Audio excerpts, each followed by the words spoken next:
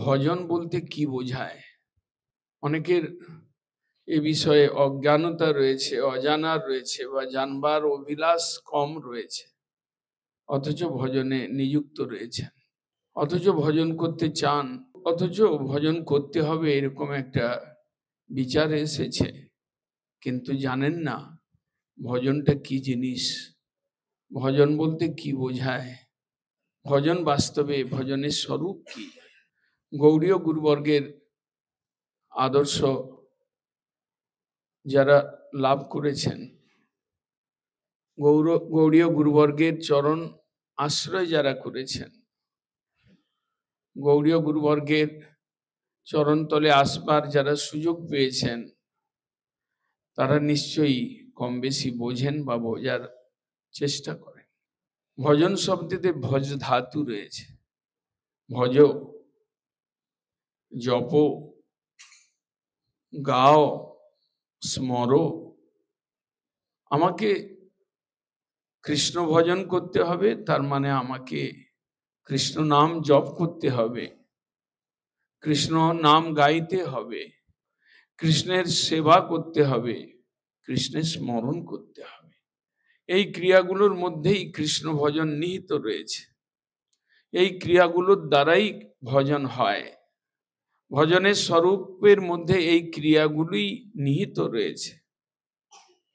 তার শুদ্ধভাবে তার নাম জপ করব, শুদ্ধভাবে তার নাম সংকীর্তন করব,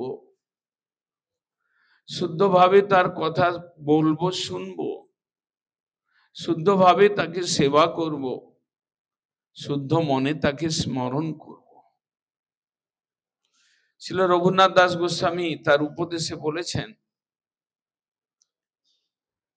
ভজ স্মর মন নিরন্তর। অর্থাৎ কৃষ্ণকে ডাকা, কৃষ্ণকে জপ করা, কৃষ্ণকে গাওয়া, কৃষ্ণকে স্মরণ করা, এইগুলোই হচ্ছে ভজনের ভিত্তি, এইগুলোই ভজনের ক্রিয়া। কিন্তু এইটুকুই ভজন বললে এইটুকুই বোঝায় না, ভজন বললে আরো কিছু বোঝায়। যদি আমি করি, নাম জপ করি, যদি আমি নাম কীর্তন করি, যদি আমি কৃষ্ণের সেবা করি, যদি আমি তার স্মরণ করি, তার একটা পদ্ধতি রয়েছে। যদি সম্বন্ধ জ্ঞানের সঙ্গে করি, যদি আদর পূর্বক করি, প্রীতিপূর্বক করি, যদি সাধু সঙ্গে করি, দুঃসঙ্গ বর্জন করে করি, যদি সুখ চিন্তা নিয়ে করি, যার নাম জপ করব,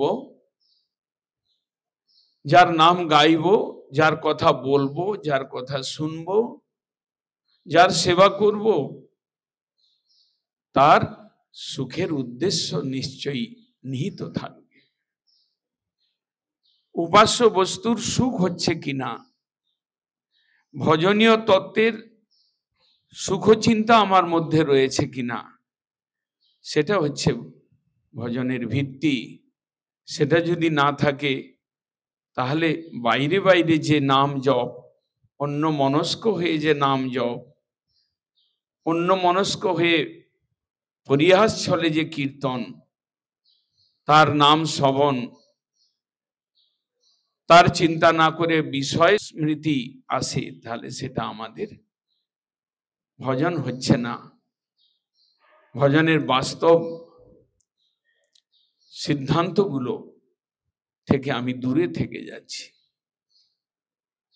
ভজনের প্রতিকূলগুলোকে সরাতে চেষ্টা করি না, আঁকড়ে রাখি, তাহলে আমার ভজন হচ্ছে না। অনুকূল প্রতিকূল বিচার করতে হবে।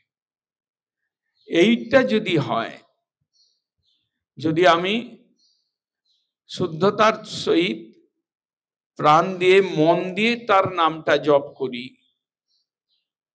যদি আমি আরতির সঙ্গে তার নামটা কীর্তন করি, যদি প্রীতিপূর্বক আদর পূর্বক তার সেবা করি,